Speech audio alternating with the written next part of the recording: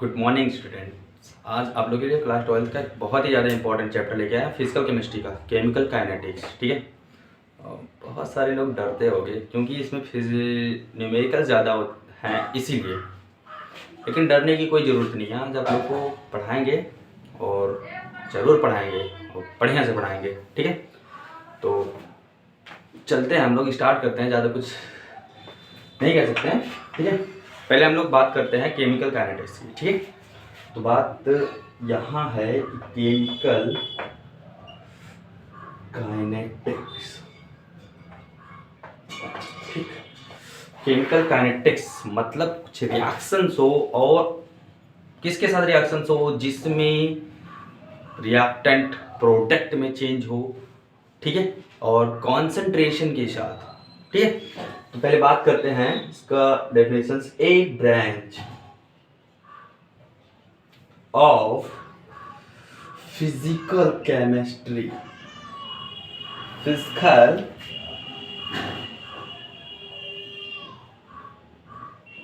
chemistry which deals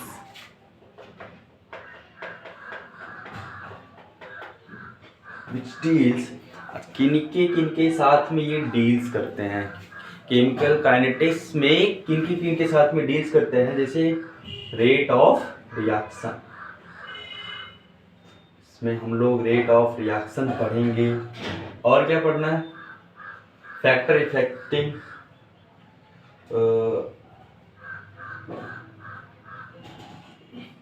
factor affecting rate of reaction पढ़ना है। अच्छा, factor affecting rate of reactions के अंतर्गत क्या क्या आएंगे, जैसे कि टेम्परेचर हो गया, टेम्परेचर हो गया, उसके बाद फिर कॉन्सेंट्रेशन हो गया, कॉन्सेंट्रेशन हो गया, प्रेशर हो गया, वगैरह वगैरह जो भी हो। अच्छा, टेम्परेचर की अगर मैं बात करूं और आर्हेनियस इक्वेशन की बात ना करूं, ये तो गलत बात है ना। तो इसमें क्या आता है?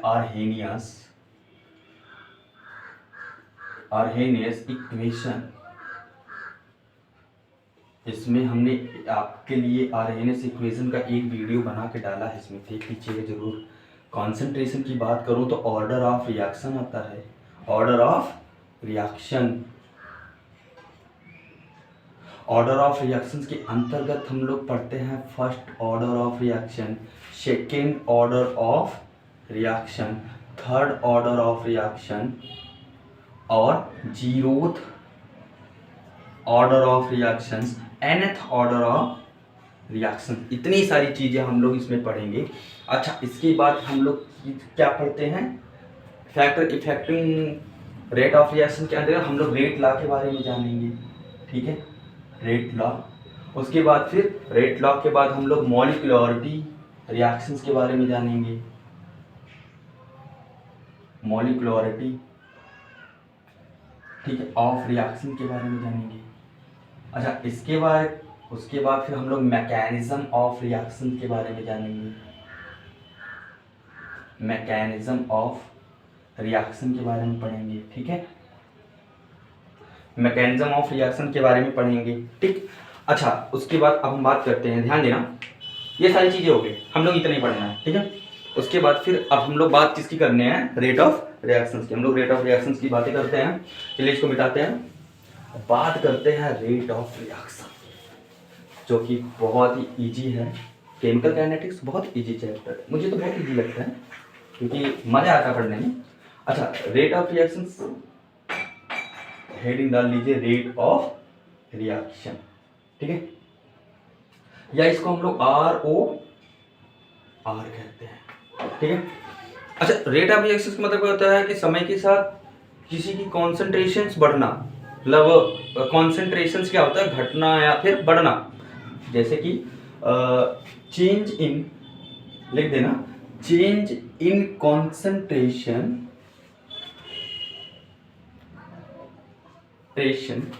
ऑफ reactant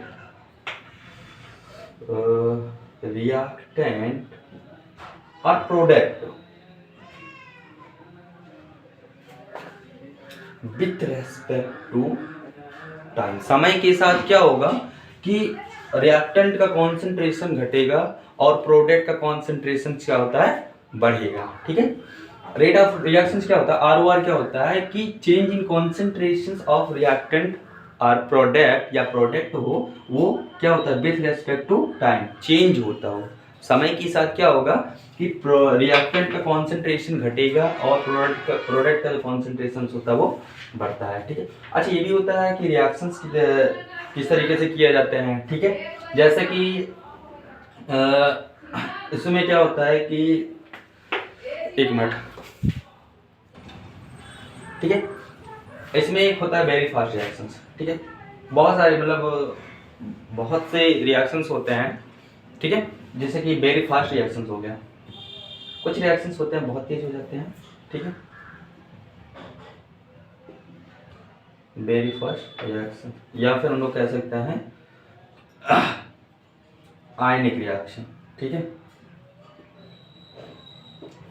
आयनिक रिएक्शन कुछ ऐसे रिएक्शंस हो जैसे बहुत ही कम समय में कंप्लीट हो जाए, मतलब समझो माइक्रो सेकंड लगे उसको कंप्लीट होने में।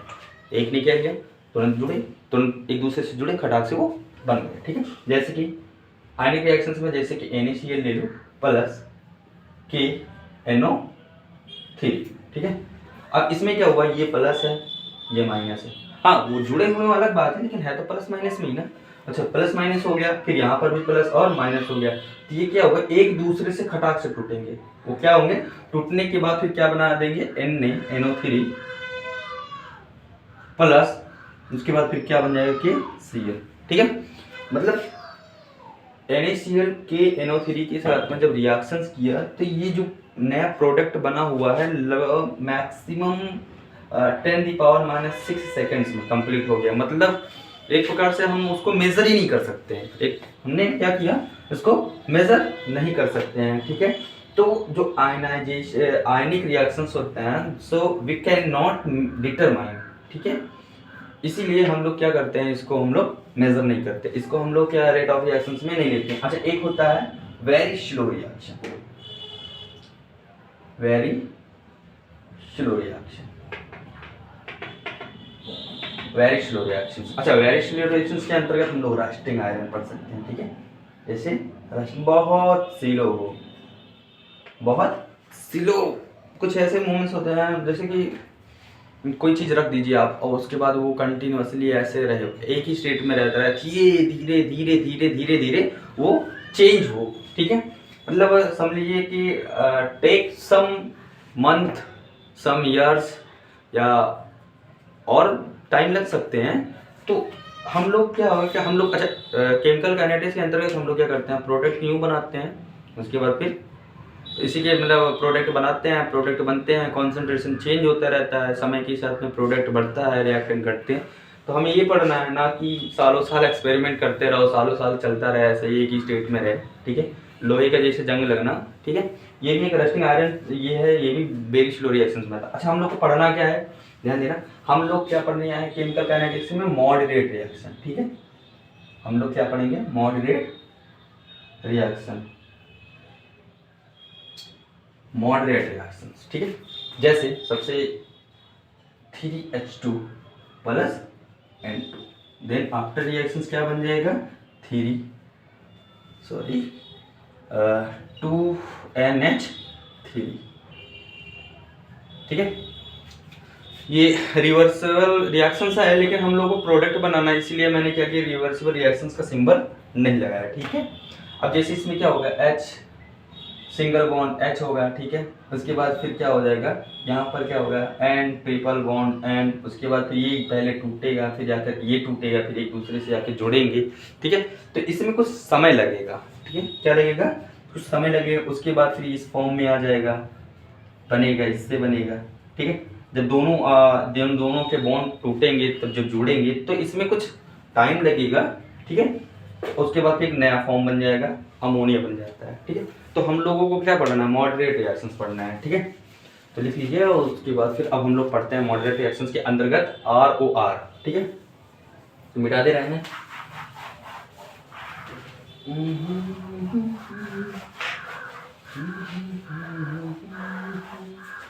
तो ROR, चलिए ROR की बात करते हैं। जैसे कि मान लीजिए मॉडरेट रिएक्शंस की भी बात ही कर रहा हूँ। एक नया एग्जांपल है, जैसे 2A प्लस 3B, ठीक है। देन आफ्टर रिएक्शन क्या हुआ 4C। अब किसी ने कह दिया कि रेट ऑफ रिएक्शन इसका निकालिए। अच्छा एक बात और है, रेट ऑफ रिएक्शन दो टर्म होते हैं इसके भी। एक होता है एवरेज रेट ऑफ रिएक्शन, एक होते हैं क्या होते हैं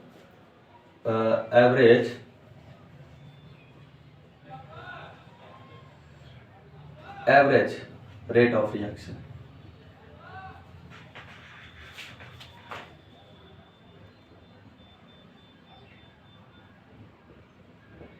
रिएक्शंस, ठीक है।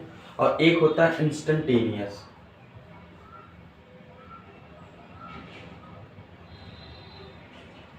Rate of reaction, rate of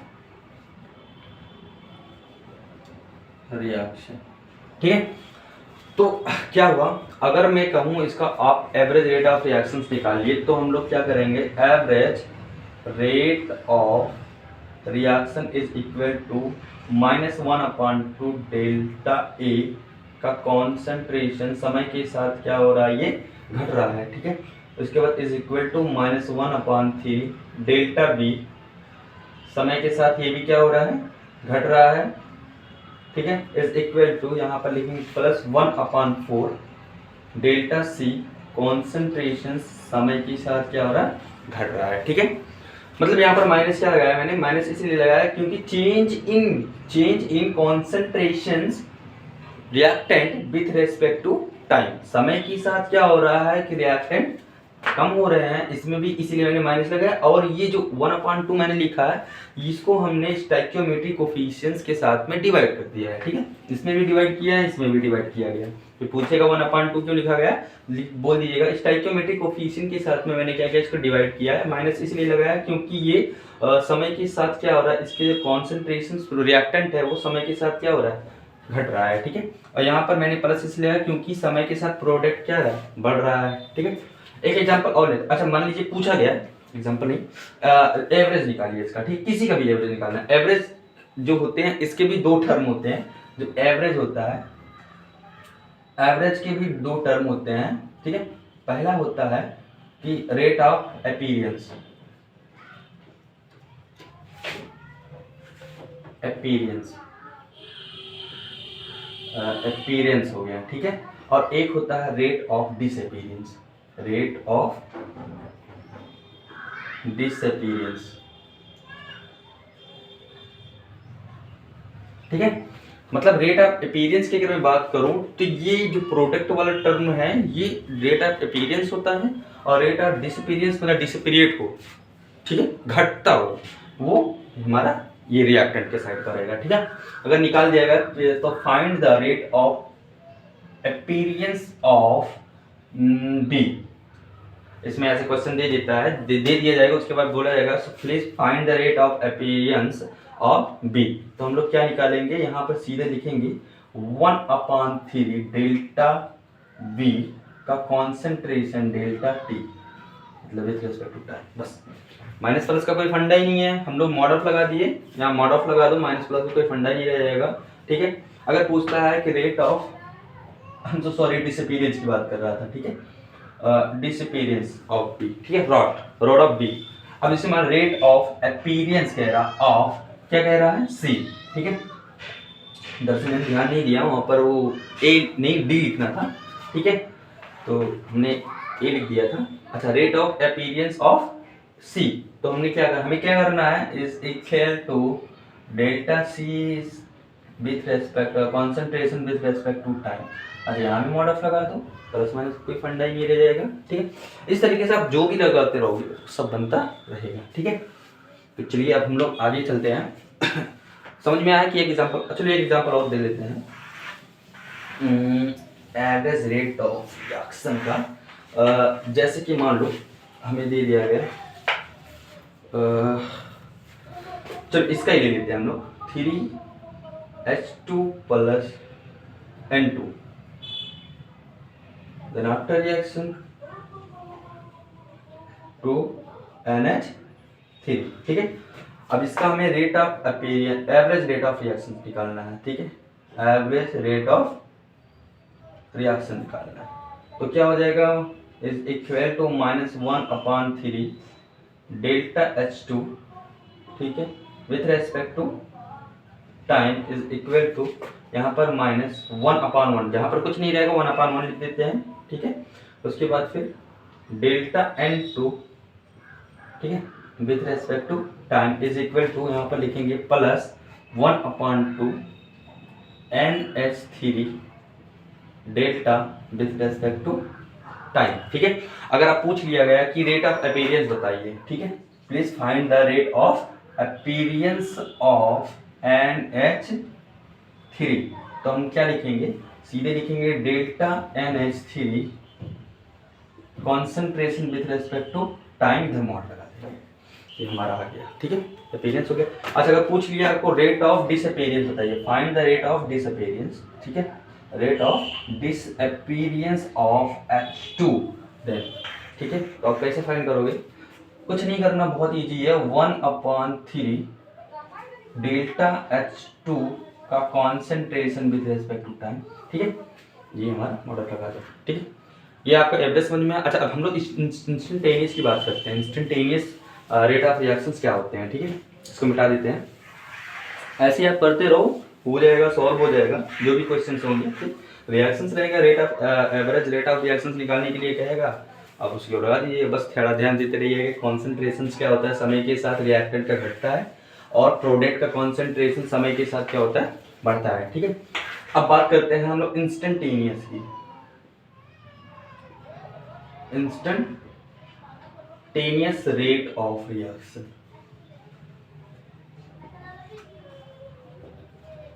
ठीक है।